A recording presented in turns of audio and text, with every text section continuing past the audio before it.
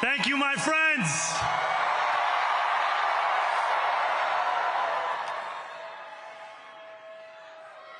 The sun may have set over our city this evening, but as Eugene Debs once said, I can see the dawn of a better day for humanity. For as long as we can remember, the working people of New York have been told by the wealthy and the well-connected that power does not belong in their hands. Fingers bruised from lifting boxes on the warehouse floor, palms calloused from delivery bike handlebars, knuckles scarred with kitchen burns. These are not hands that have been allowed to hold power. And yet, over the last 12 months, you have dared to reach for something greater. Tonight, against all odds, we have grasped it. The future is in our hands. My friends, we have toppled a political dynasty.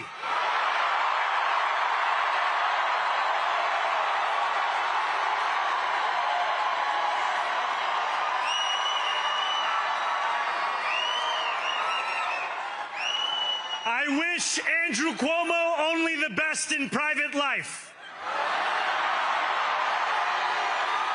But let tonight be the final time I utter his name as we turn the page on a politics that abandons the many and answers only to the few.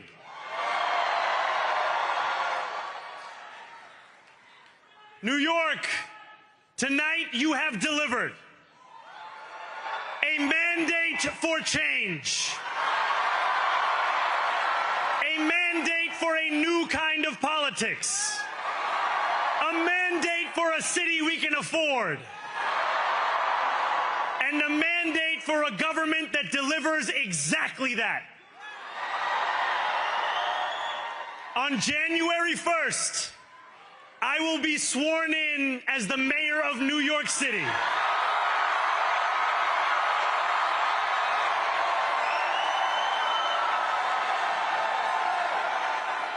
And that is because of you. So before I say anything else, I must say this. Thank you. Thank you to the next generation of New Yorkers who refuse to accept that the promise of a better future was a relic of the past. You showed that when politics speaks to you without condescension, we can usher in a new era of leadership. We will fight for you because we are you. Or as we say on Steinway, ana minkum wa ilaykum.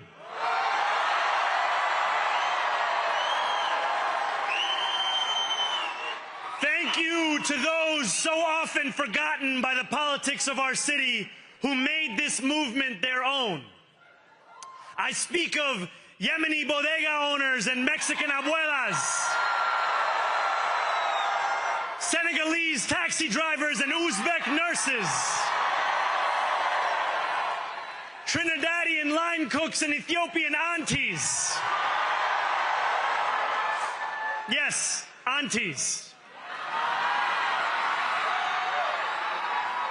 To every New Yorker in Kensington and Midwood and Hunts Point,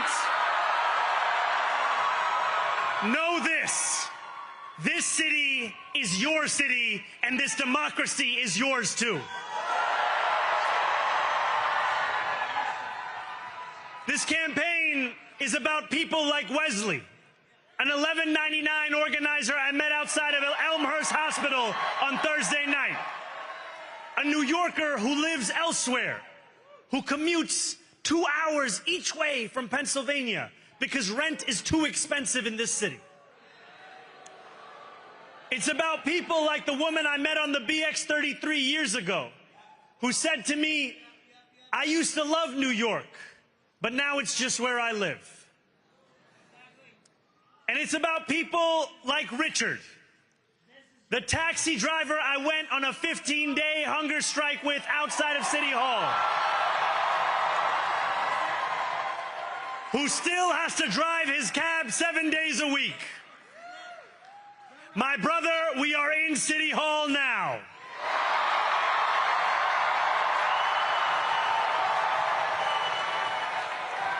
This victory is for all of them, and it's for all of you. The more than 100,000 volunteers who built this campaign into an unstoppable force. Because of you, we will make this city one that working people can love and live in again. With every door knocked, every petition signature earned, and every hard-earned conversation, you eroded the cynicism that has come to define our politics. Now, I know that I have asked for much from you over this last year.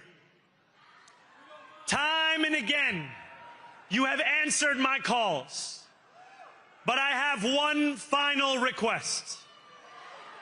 New York City, breathe this moment in. We have held our breath for longer than we know.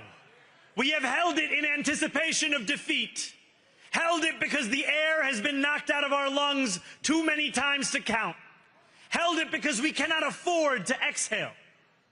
Thanks to all of those who sacrificed so much, we are breathing in the air of a city that has been reborn.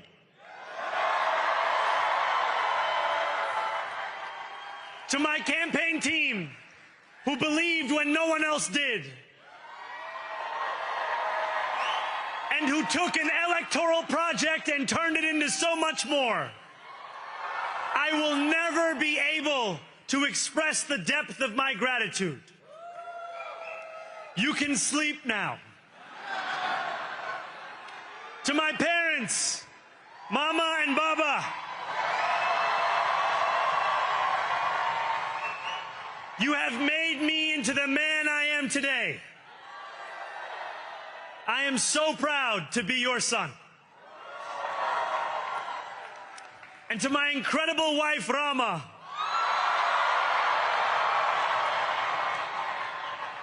Hayati, there is no one I would rather have by my side in this moment and in every moment.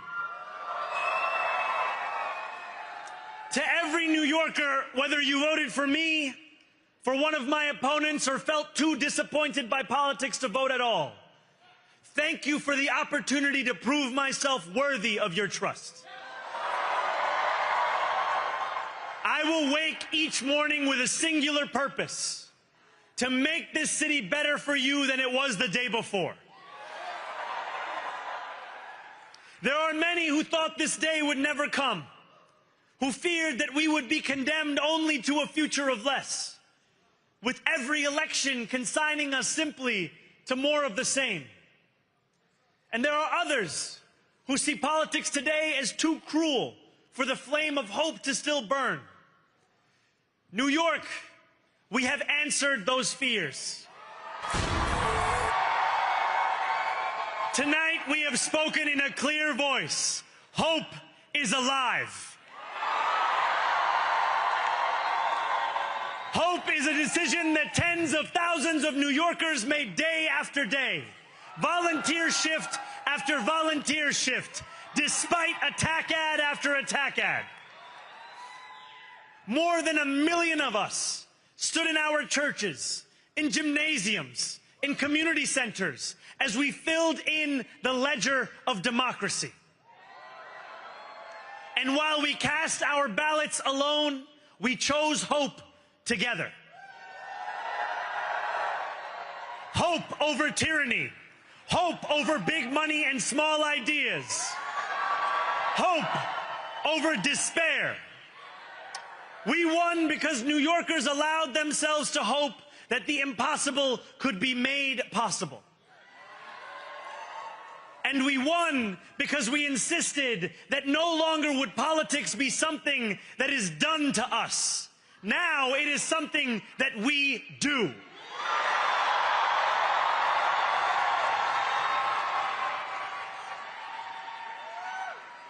Standing before you, I think of the words of Jawaharlal Nehru. A moment comes but rarely in history when we step out from the old to the new, when an age ends and when the soul of a nation long suppressed finds utterance. Tonight we have stepped out from the old into the new. So let us speak now with clarity and conviction that cannot be misunderstood about what this new age will deliver and for whom. This will be an age where New Yorkers expect from their leaders a bold vision of what we will achieve, rather than a list of excuses for what we are too timid to attempt.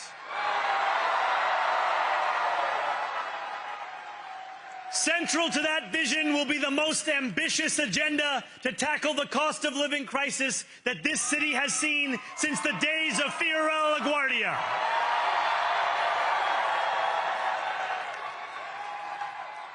An agenda that will freeze the rents for more than 2 million rent-stabilized tenants. Make buses fast and free.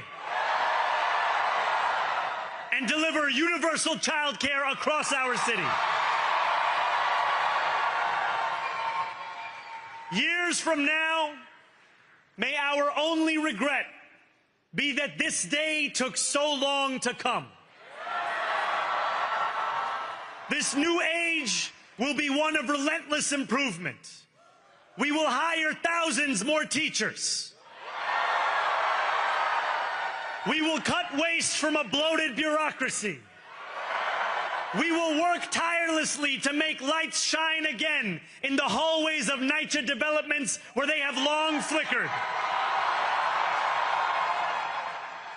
Safety and justice will go hand in hand as we work with police officers to reduce crime and create a department of community safety that tackles the mental health crisis and homelessness crises head on.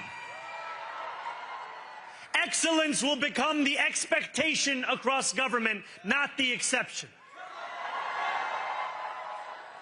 In this new age we make for ourselves, we will refuse to allow those who traffic in division and hate to pit us against one another. In this moment of political darkness, New York will be the light. Here, we believe in standing up for those we love. Whether you are an immigrant, a member of the trans community, one of the many black women that Donald Trump has fired from a federal job, a single mom still waiting for the cost of groceries to go down, or anyone else with their back against the wall, your struggle is ours too. And we will build a city hall that stands steadfast alongside Jewish New Yorkers and does not waver in the fight against the scourge of anti-Semitism. Where the more than 1 million Muslims know that they belong. Not just in the 5 boroughs of this city, but in the halls of power. No more will New York be a city where you can traffic in Islamophobia and win an election.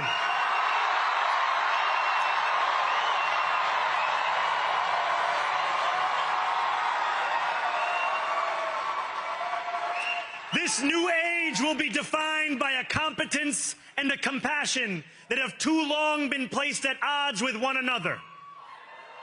We will prove that there is no problem too large for government to solve and no concern too small for it to care about. For years, those in City Hall have only helped those who can help them. But on January 1st, we will usher in a city government that helps everyone. Now, I know that many have heard our message only through the prism of misinformation. Tens of millions of dollars have been spent to redefine reality and to convince our neighbors that this new age is something that should frighten them. As has so often occurred, the billionaire class has sought to convince those making $30 an hour that their enemies are those earning $20 an hour. They want the people to fight amongst ourselves so that we remain distracted from the work of remaking a long broken system. We refuse to let them dictate the rules of the game anymore. They can play by the same rules as the rest of us. Together, we will usher in a generation of change. And if we embrace this brave new course, rather than fleeing from it, we can respond to oligarchy and authoritarianism with the strength it fears, not the appeasement it craves. After all, if anyone can show a nation betrayed by Donald Trump how to defeat him, it is the city that gave rise to him.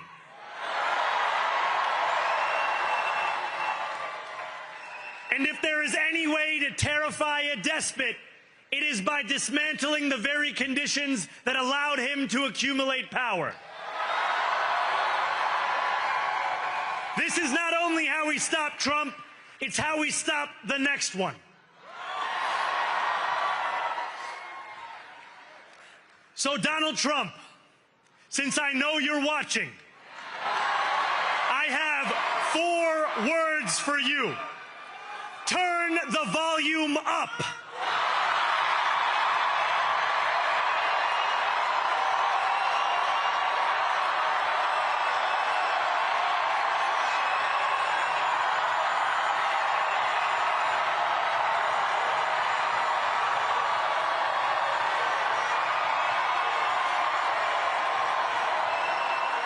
We will hold bad landlords to account because the Donald Trumps of our city have grown far too comfortable taking advantage of their tenants.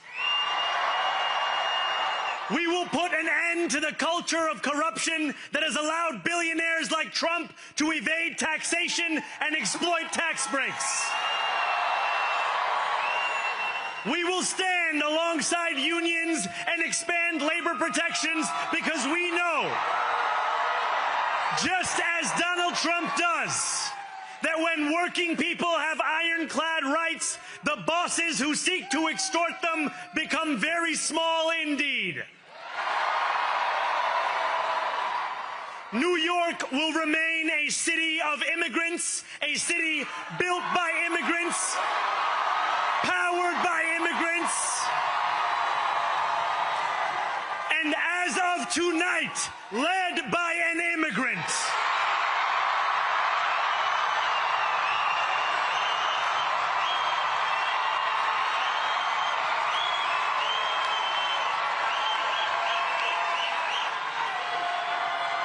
So hear me, President Trump, when I say this. To get to any of us, you will have to get through all of us.